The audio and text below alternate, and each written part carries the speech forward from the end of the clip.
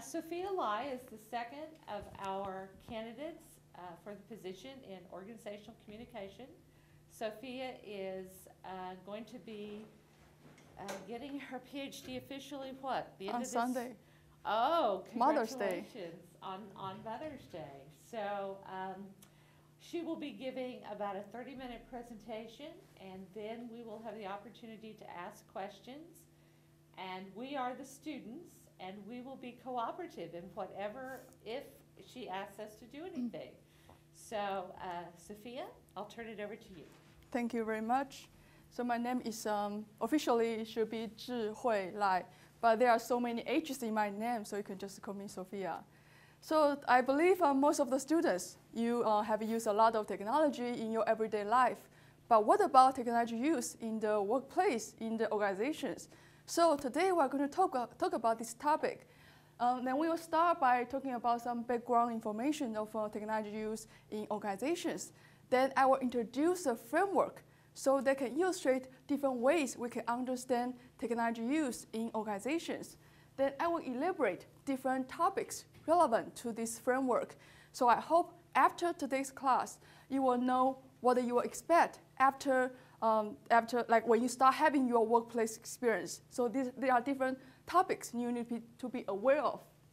So let's start by checking out different facts related to technology use in the workplace. So you know there are more than half of American working adults. They are using technology as part of their everyday, their work routines. And then not surprisingly, and because of the affordances of flexibility, those like we call those network workers, they actually work a lot at home. So in that way, they extend their work hours outside of the work time. So we'll talk about that in a minute, about the challenges because of these extended working hours. Then the patterns of technology use as part of the job is not universal. It's actually different depending on the company type and depending on the profession. So for example, those people who work for government and who work for the nonprofit organizations or for school and educational institutions, those are the people who are likely to use the technology as part of their job. But people who are managers, who are executives, professionals, they are office workers or they are sales workers, compared to service workers, those type of professions, they are likely to use the technology as part of their jobs as well. In addition to those network workers, in general, American working people, they actually equip themselves with different technologies, either inside and outside of the workplace. So we can say that many people are so wired and ready to work because of this increased mediated connectivity. So now we are talking about the general background information. But behind these different facts, we can get a glimpse of the pros and cons of using technology in the workplace. There are definitely certain benefits we can get from using technology in the workplace. For example, we can use the technology to very efficiently and effectively collaborate and cooperate with each other across different time zones and across different geographic locations. So in other words, we can have efficient and effective performance because of technology use. And now we have the smartphones, we have the laptops, so we can now work anywhere and anytime we want. We can always in this always-on mode of communication and be ready to work at all time. And because of technology use, especially with the social media or smartphones, now we can build new relationships with clients, with our co-workers. We can also use these different technologies to maintain existing relationships. But certainly, there are different downsides and costs we need to consider because of these always-on affordances.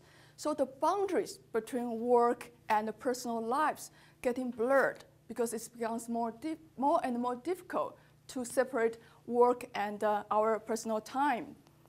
Now, related to this is that we might realize we spend much time processing information that we get from different communication media, especially from email.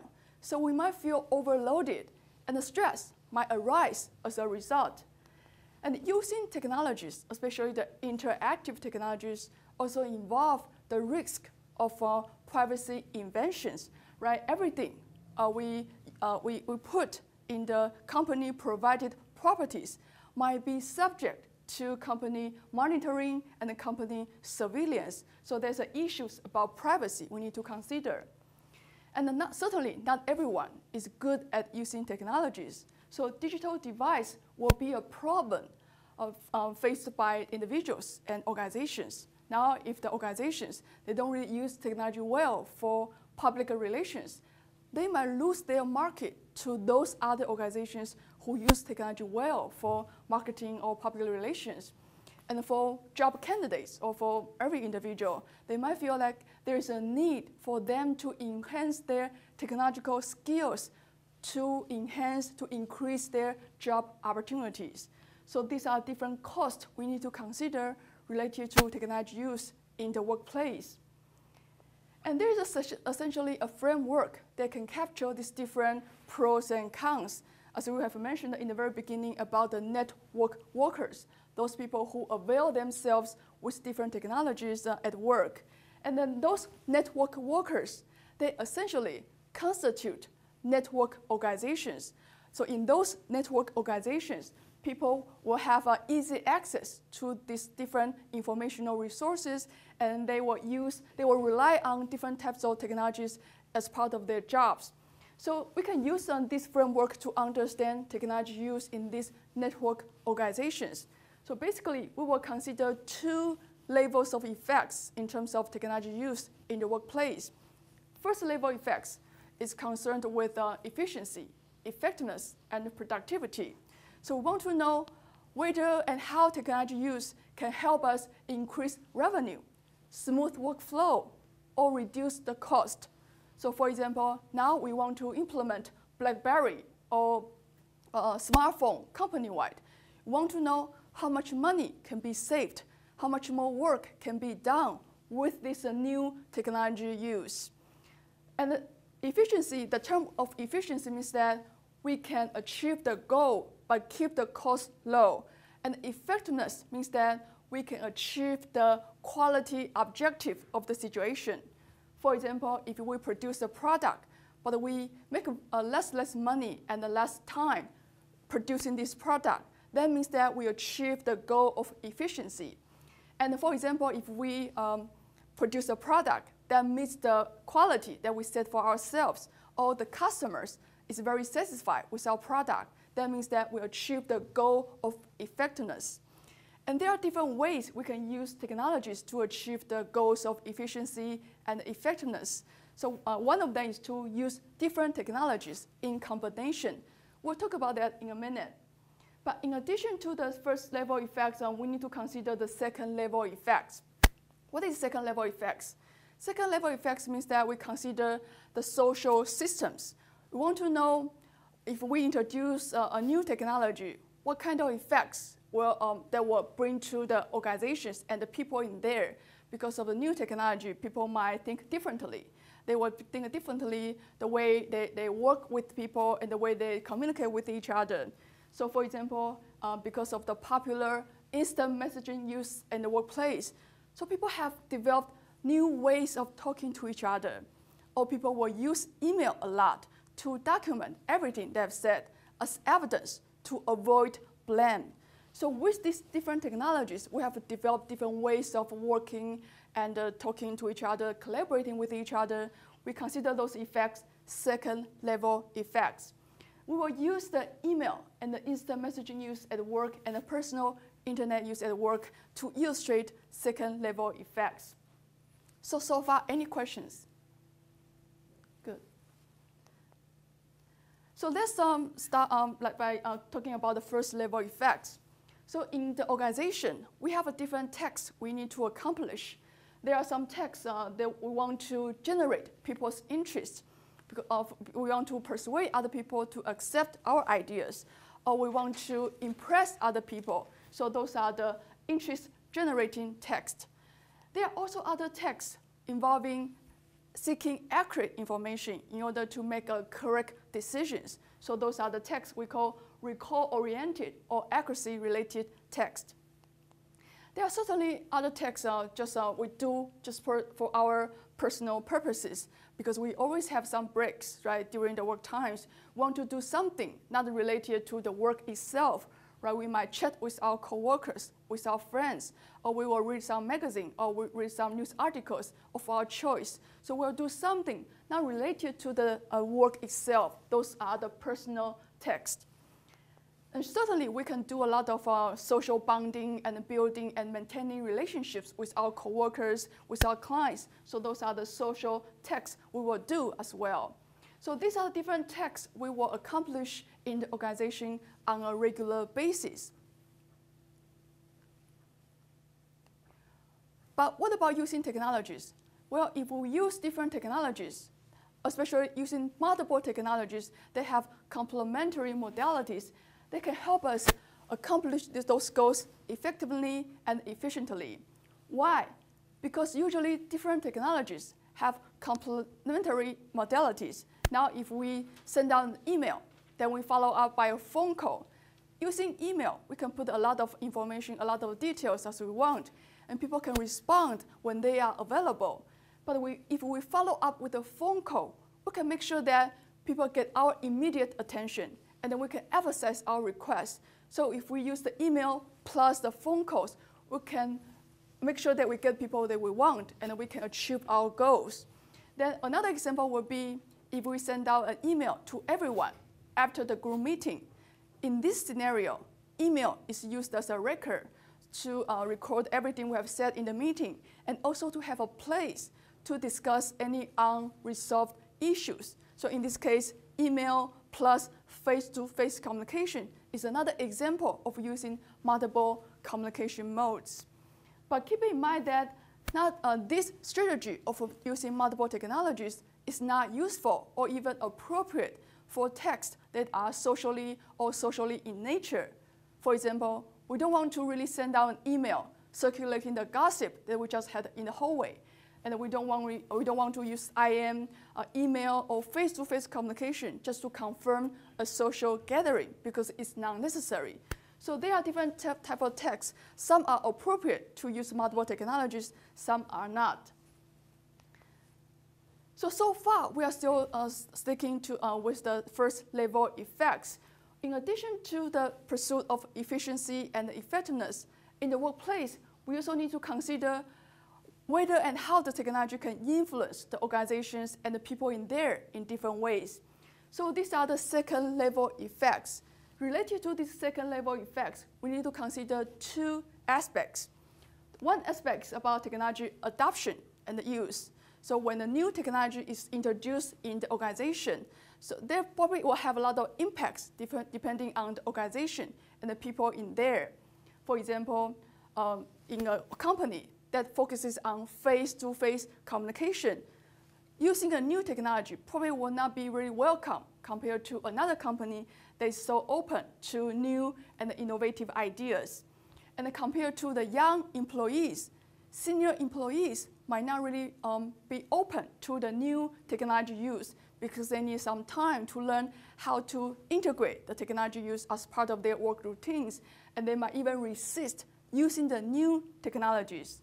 So these are the different factors we need to consider about whether and how the technology gets adopted and used in an organization. And the second aspect we need to consider related to the second level effects is about the relationships and the work communication. In general, in the workplace, we have two types of relationships. One we call formal relationships. Those are the relationships guided by organizational charts and task assignments. For example, we have relationships with our superiors, with our subordinates, with our assistants. So those are the relationships guided by the organizational charts. You have these formal relationships, obligations, responsibilities, in charge because of these different task assignments. And the opposite is informal relationships. Those are the relationships that we develop because we want to. We seek to develop these relationships on a voluntary basis. For example, we might be friends with people within our divisions, but we might be friends with other people outside of the division. because we want to be friends because of our common interests or because of our hobbies. So those are the relationships we developed based on our personal interests. And why do we need to know these different types of relationships? Because these different types of relationships will determine the way we interact with each other and the technology we use to communicate with each other. For example, you don't want to use I am to talk to your managers or talk to your subordinates, the superiors, but you will probably use I am to talk to your peer coworkers. And in regards to the managers, you probably will use email or face-to-face communication to maintain the relationships. So different types of relationships will determine the way that we communicate and the technology we use to maintain the communication. So here I have a video clip from a TV show, The Office. Just let me give you some background information about this video clip. Ryan, the young boss, he used to be a temp in this Scranton branch, but he became promoted. So now he came back. See, he wants to promote some new ideas to be implemented in this branch. But you can see there's a lot of organizational, social, and relational factors that play a role in the process of technology adoption and use. So we can take a look at this clip first, and then we can come back to discuss how that relates to second-level effects.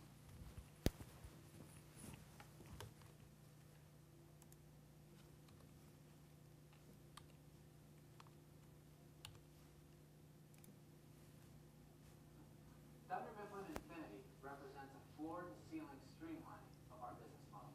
The centerpiece of the campaign is a new business-to-business website interface that will allow us to compete directly with big box chains. Wait a second. Last time I checked, Thunder Millinery has a website. And quite frankly, I'm not really sure what's wrong with it. This is a massive overhaul. We're getting younger, sleeker, and more agile with the way that we adapt to the marketplace. All essential personnel will be issued BlackBerries for company use. Gimme. I'll stick around for a while to help you set them up afterwards. Any questions? Dwight. What if we don't want to use a BlackBerry because they are stupid and pointless? This is company-wide, Dwight. Got it. Andy. You should call it Dunder Mifflin Infinity. Push the words together. Any other questions? Kelly DeBoer. Can we speak privately about our relationship? Thank you, everybody. Right, Howard, everybody! Good job! Fun stuff. Where's the website for that? As fast as possible. We want to start retraining people ASAP so we can hit the ground running with the new system. Cool beans. Where's food? Code. Us? You and me, the old timers. I am not old. You are old. You are like Harvard. You're before the catch the cutoff. Are you listening to what he's saying? Retraining, new system, youth. I'm telling you, this kid is the Grim Reaper. You deal with this, or you, me, Sammy, Phyllis, the chickie with the car, we're goners. So you can see there's some tension and conflict arising. So for example, those senior employees, they are afraid that they are too old to adapt themselves well to the new technology use. And also for the rest of the employees, they might not be 100% sure about the quality of Ryan being their young boss. And certainly there are also a lot of informal relationships, in this case, romantic relationships involved in this process of technology adoption and use. So these are the different factors we will consider when we want to understand how a new technology use is adopted and implemented, integrated in the organization. So related to this video clip, I want to hear about your opinions as a young prospective employee. So what if now you are start working? How do you think your media habits will change? Do you think your use of email, IM, cell phones, or Facebook will be differently because it will be different because you start working? Any thoughts? Well, cell phone use would probably increase if you had smartphones, and if he's giving you the new equipment, then the novelty of it will cause everybody to take care of their emails on the phones instead. Mm-hmm. And so perhaps the in-office time or interaction might decrease because of it. Oh, very good, very good. Any other thoughts? Well, I don't use email, And it always bothers me when my instructors here are always telling me they're sending me emails, because I don't use email. Are you saying I'm gonna have to start using email in the workplace? Yeah, I must tell you that that's the fact. That in the workplace, everybody uses email. It's a common communication tool. You need to learn how to use that well. So come to me after the class. I will show you how to do that. So, do you think I'm going to have to buy a new phone, or will work issue me a phone? I would say it depends on the company. Some company, they will buy you a new work phone just for the work purposes. But some company probably will sponsor you for your minutes. So it depends on the company you are working for. But I would say cell phone will probably be a necessary tool for your future careers. Does that mean that they're going to want me to answer their phone calls 24 hours a day, 7 days a week? Well, it's a very good question. Well, I think it's up to you. If you want to answer the phone, then it kind of extend your work time. But if you are on vacation on the weekend, you can choose to turn off your cell phone. Or you can have two cell phones, one for work, the other for personal uses. What about Facebook? What if we were interviewing a candidate for a position? Is it legal for us to check them out on Facebook? I would say you can do that. You absolutely have the right to do that. But I think a lot of young people like you are aware that the prospective employers, they will check on your profile. So you will try to be discreet about everything put on your profile. So probably for the employers, they won't get anything interesting about you. So we'll talk about that in the future classes. It's a very good topic. Any other questions or thoughts? Very good. So we have a very good discussion, but what about different topics that have been studied in the workplace? So let's start by talking about email. As we have mentioned, email is definitely a necessary tool as being used in the workplace. As we have mentioned earlier, email has been useful for the sake of, for the purposes of documentation. We can put a lot of details that can help us clarify job descriptions. So people, if they have some issues, they can use the email to settle the controversy because that's the evidence to avoid blame. But if we overuse email for documentation, that might cause problems because people might feel overloaded because there are too many emails floating around. People receive and send too many emails. They might have some hard time finding information. They will miss information, or just handling these emails will disrupt their work. So they will have a lot of difficulties or trouble coordinating tasks effectively with their coworkers. So email overload will cause negative consequences for the organizations. And related to this, this student has mentioned that there are some blurred boundaries between work and personal lives. Technology is a double-edged sword. On the one hand, we know a lot of opportunities that can be afforded by the technology, but now many people has smartphones. Now, if you receive an email, you probably will be wondering whether I need to open the email, because once you open the email, you will feel obligated to work, even though it's outside of your work time. And this is actually the challenge faced by the teleworkers and the SOHO workers, because they need to manage their time more efficiently due to the lack of clearly identified work and personal time. And the last issue I want to mention about this email use at work is about the privacy. So whenever you have done using the company provided facilities, they might be recorded and monitored by the company. So now I have another video clip from the show The Office. It's a case of email surveillance.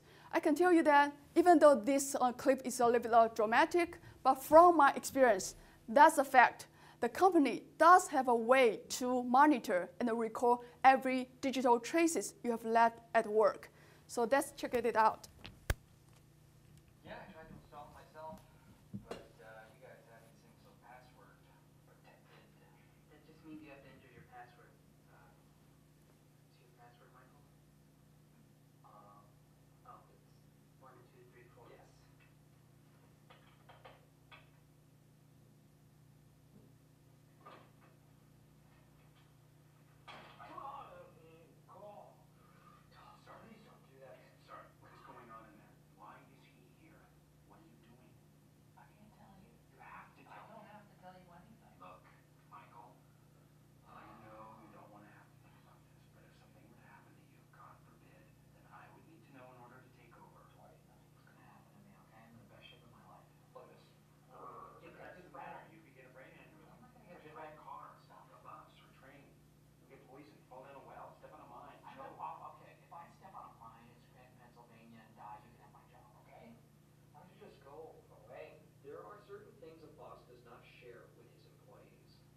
salary. That would impress them. His bed. And I am not going to tell them that I'll be reading their emails. So how do you search? By keyword phrase. Try profits. No, try Michael Scott. Michael, Oz, and money. Oh my God. Wow. Email from Stanley. Stanley. Terribly nice guy. Sorry I didn't write back sooner. I can't go to the game tonight because my boss, Michael, is an ass and making me stay late. Oh, Stanley's an ass. One of our hard workers.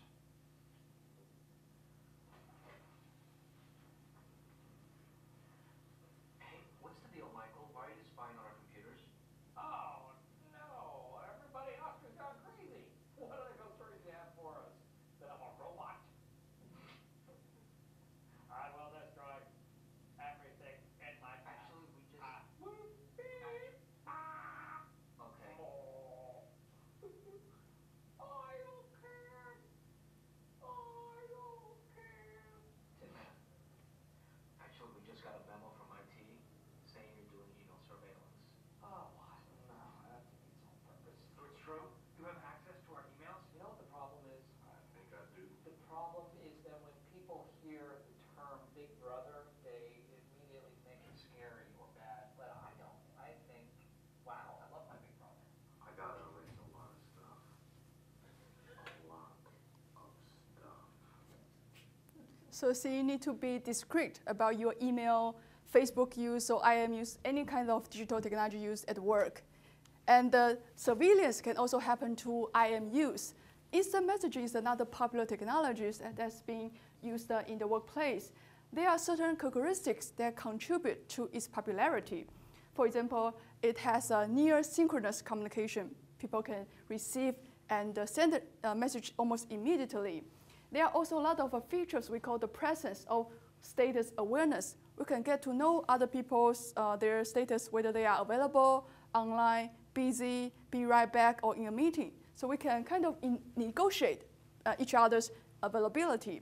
And last thing is about the notification system.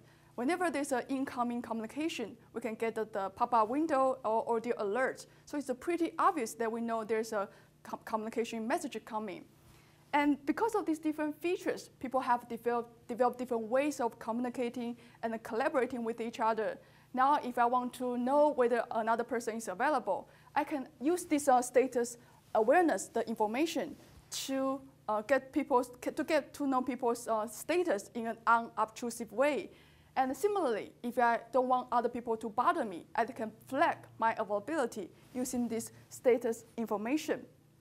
And there's a term we call outer action, which is the process of initiating conversation prior to, outside of the real interaction. Right now, we can use this status information to get to know other people's status. So that's a process that we can initiate conversation even before we start our real conversation.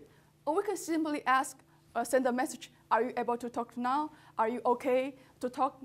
So that's the question, that's the simple, quick way that we can get to know other people's status. So those are the processes we call outer action, outside of the real interaction through technology use, especially through instant messaging. And the instant messaging is also very useful because as we use more, we are likely to use more computer-mediated communication to maintain formal and informal relationships at work. Now, if we use IM a lot, probably we'll use email a lot. We will use group decision tools a lot, or chat rooms, or video chat a lot. So IM use is generally useful for us to build our relationships at work through computer-mediated communication. But more communication through IM doesn't mean that it will cause interruption. In fact, IM use can help us manage interruption at work. Why?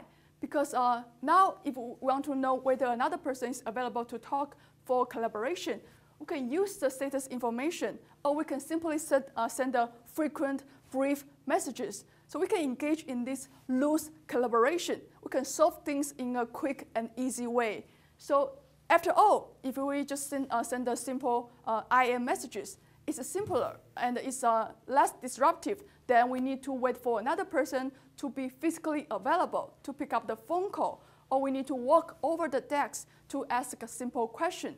So IM use is in general useful for us to help manage the interruption in the workplace.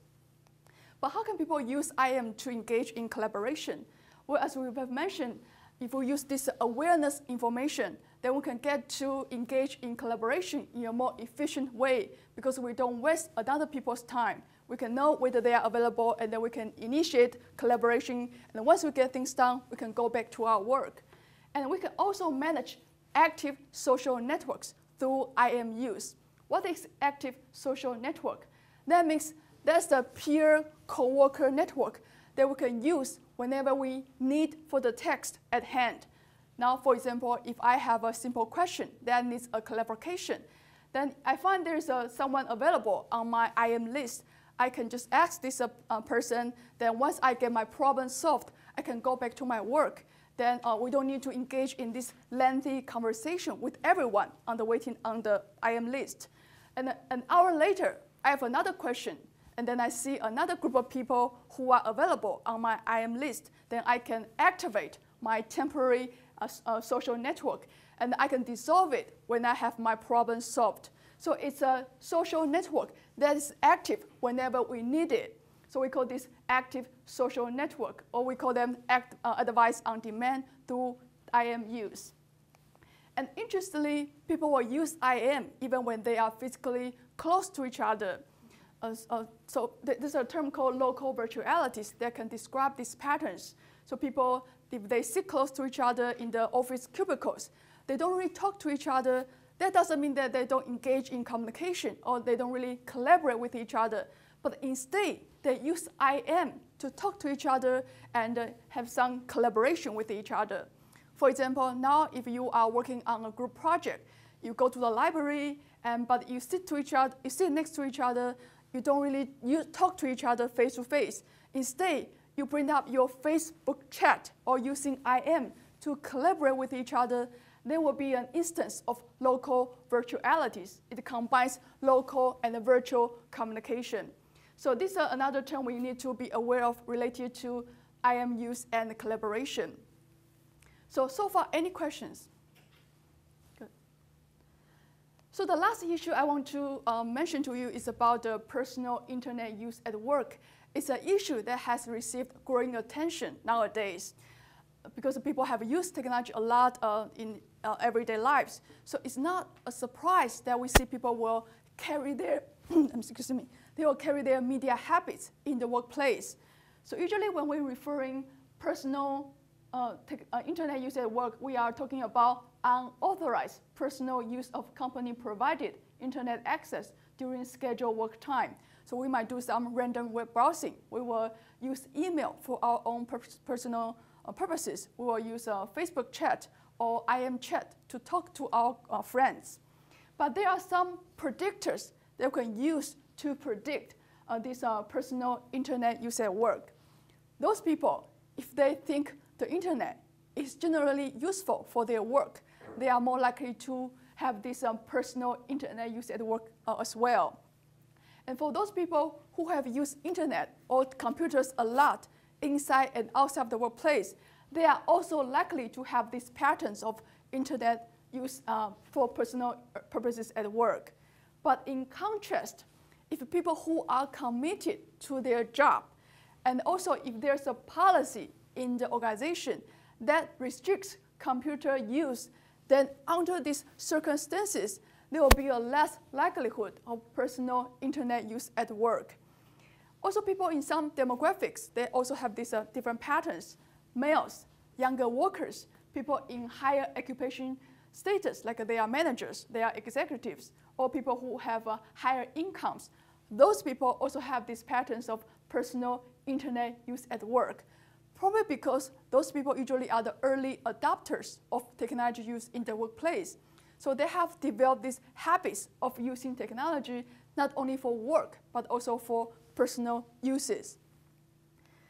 So a common perception is that people use the internet for their own personal stuff, probably because they want to seek retributions against the company, or they want to undermine the company. So that's why they use the company properties for doing non-work related stuff. But based on what we just mentioned, that's not the case. It's because people have generally think the internet is very useful for their work. So they think if they use the internet for personal stuff, they will be beneficial too. That's why they use it. For example, if I have used the Facebook or the Twitter for contacting potential clients, so that's for my work stuff. But I think I benefit a lot from this technology use. So I will tend to use this Facebook and Twitter for my personal social groups as well, and vice versa. So we can make a conclusion that personal internet use during work is similar to internet use at in other contexts, in social and the personal context. It's because people have some consideration of the benefits associated with technology use. That's why they use it. It's not because they feel bad about the company and they want to revenge against the company. So a final takeaway message is that technology doesn't exist in vacuum. We not only consider the first level effects, which is about efficiency and effectiveness, we also need to consider second level effects. In other words, we will consider how technology is used in social context. So any questions?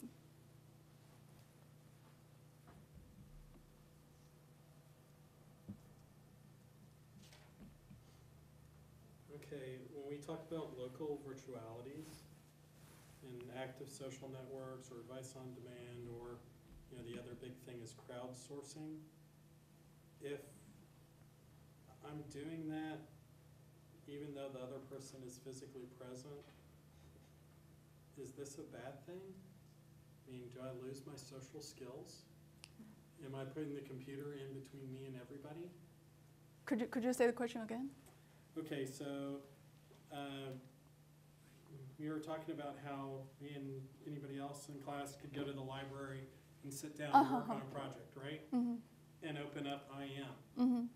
If we're using the computer, even when we're sitting there together, doesn't that mean that the computer is actually bad for us because we're not building a face-to-face relationship? I think there will be different phases of working on the projects. Now probably we have a brainstorm a lot of topics using face-to-face communication.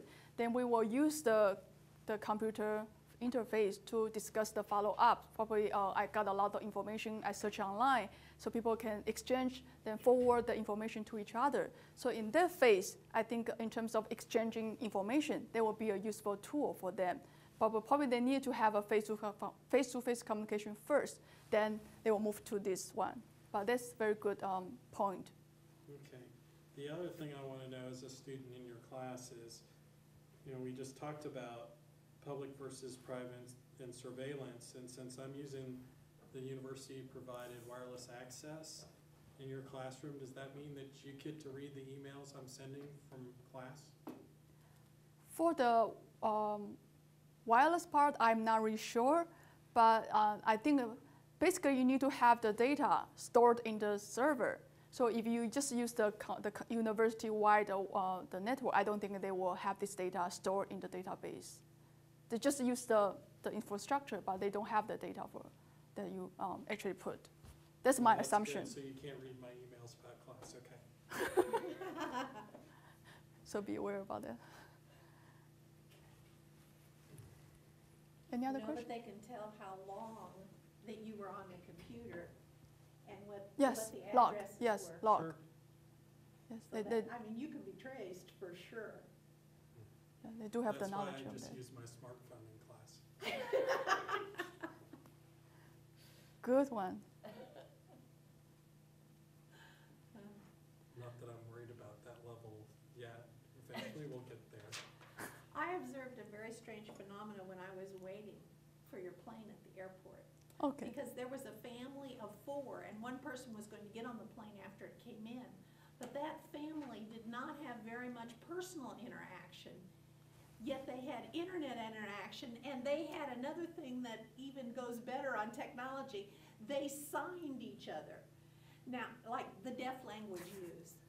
It was very, very very strange. It was like they were trying to create these distances, like this bubble of space between each of that 4-member family.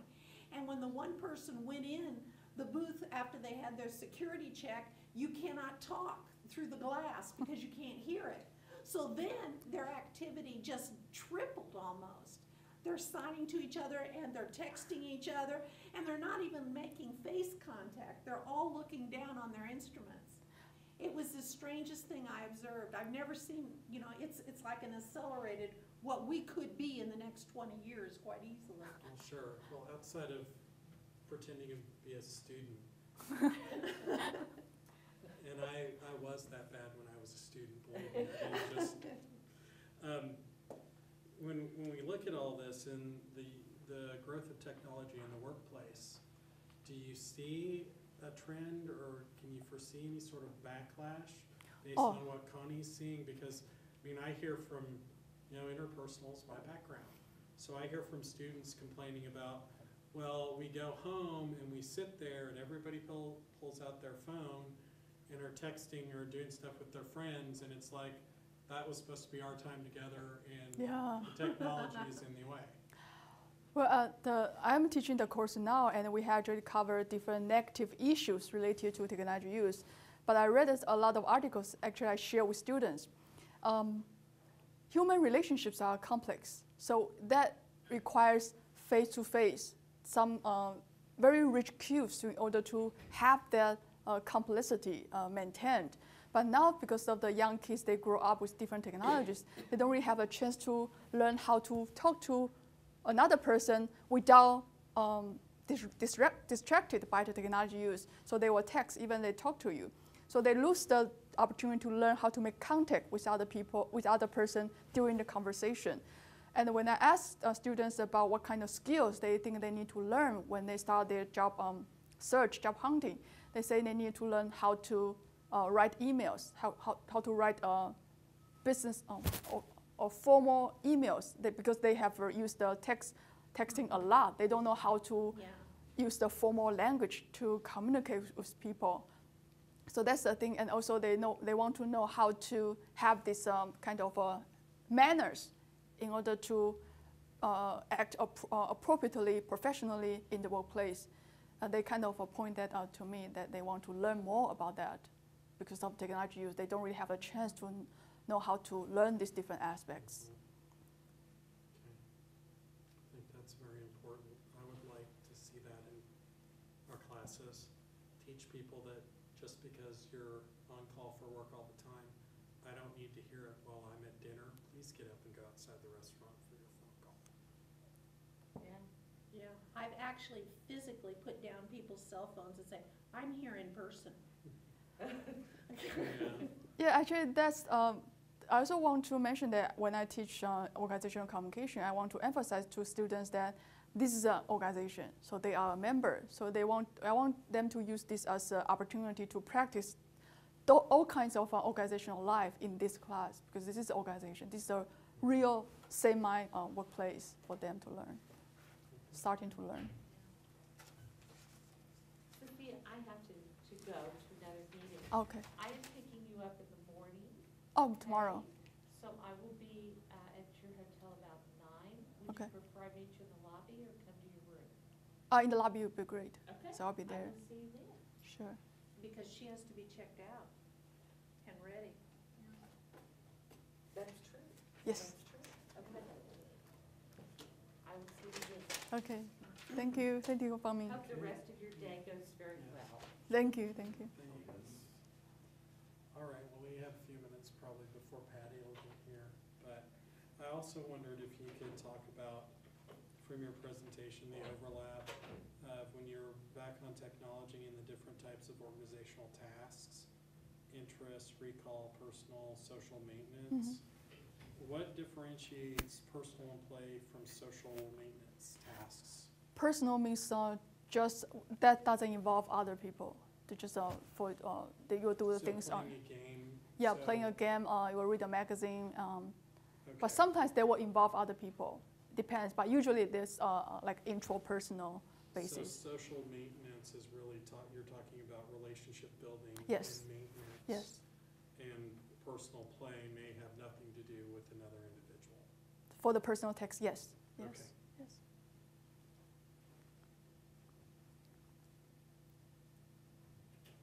That answers, I think that answers all the questions I had marked. What's the largest size class that you've ever taught? Now the class that I was teaching was 30. 30. And they all use technology in the classroom? No, you mean they for learning purposes? Yeah, yeah. No, no. It was basically a lecture class? Yes, but we have a lot of discussion, just like we had. Yeah.